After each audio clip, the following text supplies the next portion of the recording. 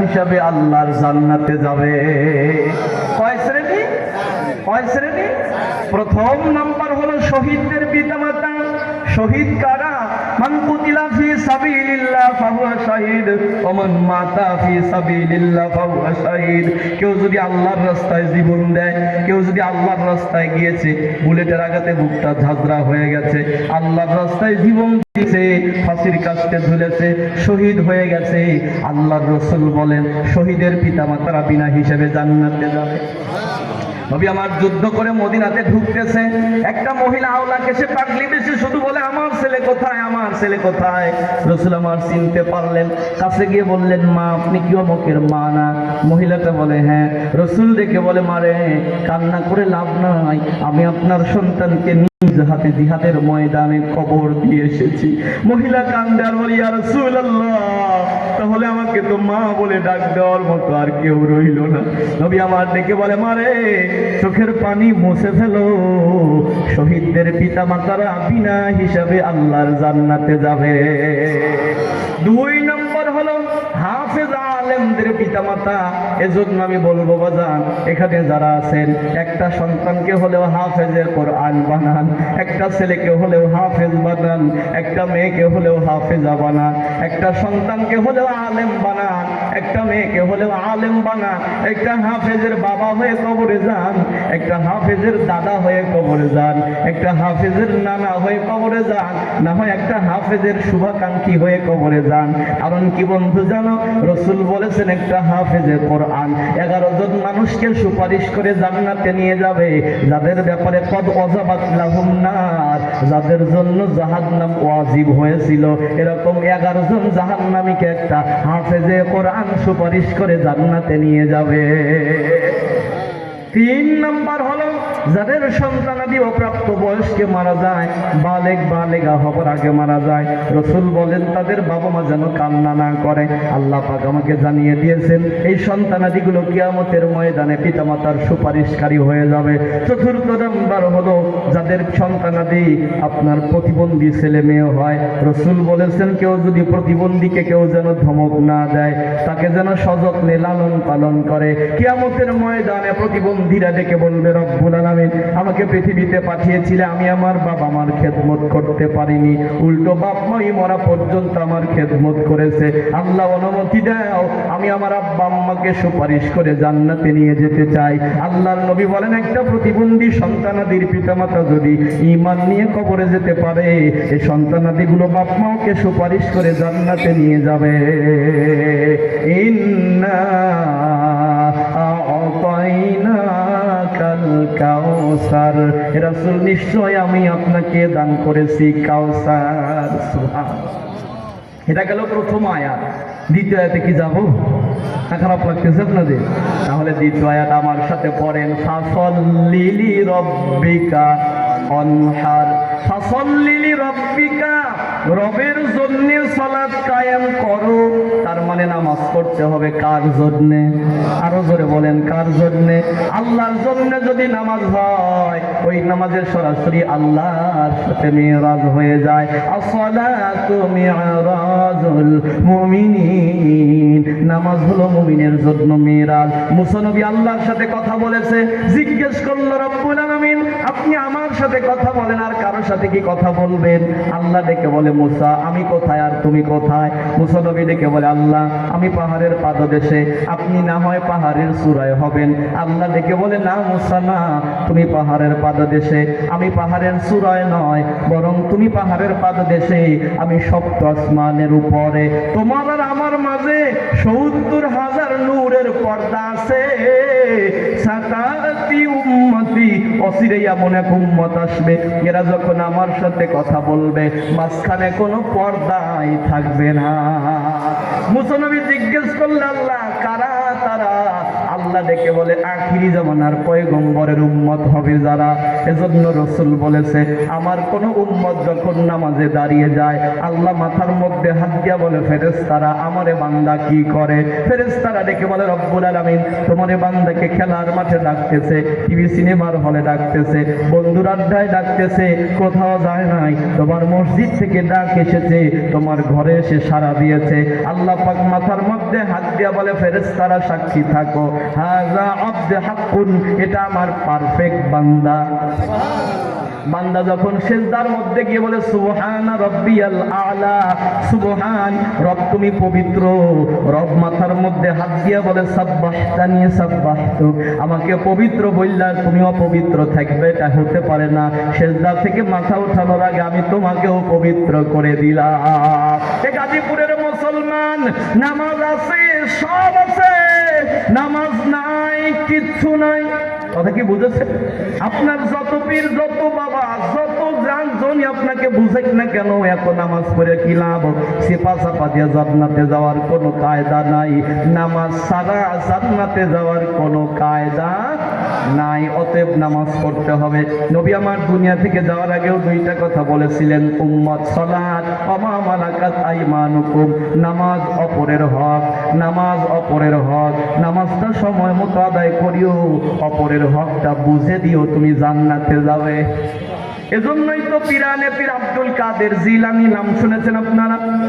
আব্দুল কাদের জিলানী উনি ওনার কিতাবে লিখেছেন শুকুর যখন সকালবেলা ঘুম থেকে ওঠে, ঢাকাবাসী শুকুরকে আপনারা চেনেন, সিরাজগঞ্জের আমাদের ভাষায় বলে শুয়োর, খিঞ্জির বলা হয়। এই শুকুর যখন সকালবেলা ঘুম থেকে জাগ্রত হয়, শুকুর কিন্তু প্রথমে চোখ খোলে না, শরীরটা ঝাঁকি দিয়ে বলে আইবারে এলাহি, ঘুম আমার ভেঙে গেছে, এখনো চোখ আমি খুলিনি। চোখ খোলার আগে দরখাস্ত তোমার কাছে আল্লাহ, আমি আমার চোখ খোলার পরে কোনো বেনামাজির চেহারা যেন আমার নজরে না পড়ে।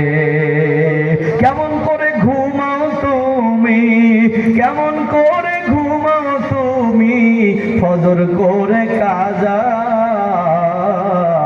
এমন তো হতে পারে জোহরে জানাজা তোমার, এমন তো হতে পারে জোহরে জানাজা।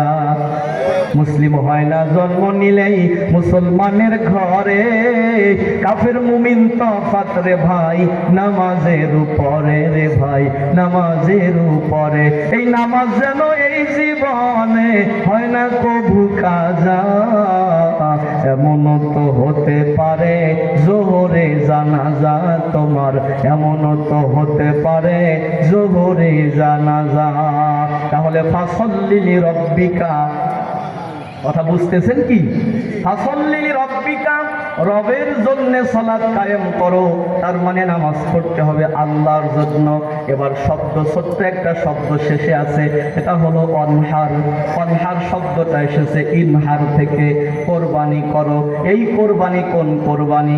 আমরা মনে করি ওই যে কোরবানির ঈদের দিনে যায় গরু জবে করা, ছাগল জবে করা, ভেড়া জবে করা, ওই কোরবানি না বন্ধু, না। এখানে কোরবানির ব্যাখ্যা এসেছে 9 প্রকারের। প্রথম কোরবানি হবে হলো পিতা মাতার জন্য, তার মানে বাপ মাও ধরে জব করা লাগবে। পিতা মাতার জন্য কোরবানি মানে কি? জীবনের স্থাবর যা কিছু আছে সব কিছু দিয়ে হলেও পিতা মাতাকে খুশি রাখা লাগবে। ঢাকা শহরে অনেক সন্তান থাকে, গ্রামে ফেরে ওই ঈদে আর ওই ঈদে, 2 ঈদে মাকে 2টা শাড়ি দিয়েছে, অথচ 1 বছরে বউকে দিয়েছে 17 সেট। কথা বলেন না কেন? ওই মায়ের গায়ে 2টা শাড়ি, বউকে 17 সেট দিয়েছে। এই সন্তান গ্রামে ফিরে আবার 50,000 টাকা দিয়ে কোরবানি দেয়। তোর মায়ের গায়ে সেরা শাড়ি, তুই যে বড় গাধা, তুই কোরবানি দেওয়ার জন্য দিলি 50,000 টাকা সাদা। তোরে দেখে বনের পশু মুখ ঢাকে লজ্জায়, স্বর্গপুরে ছাই হবে রে মা বাবার বেদনা। কেন বন্ধু, কেন? কেন আল্লাহ পাক আল্লাহর হকের পরে বাবা মার কথা বললেন জানেন? আব্বা আম্মা পৃথিবীর এমন একটা সম্পদ, একমাত্র আল্লাহ যা দেয় নিঃস্বার্থভাবে, কোনো স্বার্থ নাই। বাবা মা যা দেয় এর পেছনে কোনো স্বার্থ নাই। আমার বন্ধুরা, আব্বা আম্মাকে গ্রামের বাড়িতে রেখে এসে শহরে পড়ে আছো কর্মের তাগিদে। মাতা পিতাকে ভুলে যাও না বন্ধু। আমি সেদিন ওই এনায়েতপুর থেকে সিরাজগঞ্জে আসার পথে সিএনজি আলা আমার সিএনজি চালাচ্ছে, আমার সাথে গল্প করতে করতে কেঁদে ফেলেছে। দেখে বলে, হুজুর ছেলেটাকে গ্রাজুয়েট কমপ্লিট করালাম, ঢাকার বাড়িতে গিয়ে আমাকে ভুলে গেল। বেটার বউ কখনো ফোন দেয় না, 3 মাসও যদি আমি ফোন না দিই ওরা কখনো আমাকে ফোন দেয় না। পিতা মাতা তো তোমার কাছে বেশি কিছু চায় না বন্ধু। বাপ মাও তো এমন সম্পদ, শুধুমাত্র তোমার মুখের ডাকটা শোনার জন্য বাপ মা অধীর অপেক্ষায় বসে থাকে। প্রত্যেক দিন মা ফোনটা বারবার চেক দেয়, ছেলে আমাকে কয়বার ফোন দিয়েছে। আর তুমি ব্যস্ত তার হাতে মায়ের সাথে কথা বলো না। আজকে মায়ের কথা তোমার কাছে বেশি লাগে। মা একটু বেশি সময় কথা বললে তোমার কাছে বিরক্ত লাগে। অথচ এমন একটা দিন আসবে যেদিন মা বলে ডাক দেওয়ার মতো আর পৃথিবীতে কেউ থাকবে না। এখানে কত সন্তান আছে গ্রামের বাড়িতে যখন ফেরে, ঈদের আগের রাত্রিতেও গ্রামে যাওয়ার পাল্লা লেগে যায়। বন্ধুরা জিজ্ঞেস করে, বন্ধুরে গ্রামে যাও কেন, এত রাত্রি করে কেন যেতে হবে, সকালবেলা না ঈদ? দেখে বলে, বন্ধু তুমি বুঝবা না, আমার জনম দুঃখিনী মা বারবার ফোন দিয়ে বলতেছে, বেটা অমুক না আসলো, তমুক না আসলো, তুমি কেন আসো না? আমি যদি বাড়িতে না যাই আমার বাবা মার ঈদ হবে না। বাড়িতে যা আম্মাকে সাথে নিয়ে ঈদগাহ মাঠে যায়, বাপের হাত ধরে ঈদগাহ মাঠে যায়। ঈদের দিন পরের দিন যখন ফিরে আসে, জনম দুঃখিনী মা যতদূর সন্তানকে দেখা যায় তাকায় থাকে, বারবার জিজ্ঞেস করে, বেটা আবার কবে আসবে, আবার কবে আসবে? এই মা তো প্রতিনিয়ত খোঁজ খবর রাখে। মা তো নামাজের পরেও দোয়া করে বলে, আল্লাহ ঢাকা শহরে মানুষের নাকি নিরাপদ নয়, আমার ছেলেকে তুমি দেখে রাখো। আর ওই বাপ মাকে তুমি আমি ভুলে যাই বন্ধু। এমন একটা ঈদের দিন আসবে, আমি কত দেখেছি ঈদের নামাজের পরে কত সন্তান সরাসরি বাড়ির দিকে যায়, কত সন্তান আবার ঈদগাহ মাঠ থেকে কবরস্থানের দিকে যায়। কবরস্থানে বাপের কবরের পারে দাঁড়িয়ে বলে, আব্বা রে, আমি না এই ঈদের মাঠেও তোমার কাঁধে উঠে ঈদগাহ মাঠে এসেছিলাম বাবা। আমি না গত ঈদেও তোমার হাত ধরে ঈদগাহ মাঠে এসেছি বাবা। আজকে আমি ঈদগাহ মাঠে এসেছি, আমার হাত ধরার মতো আমার বাবা নাই।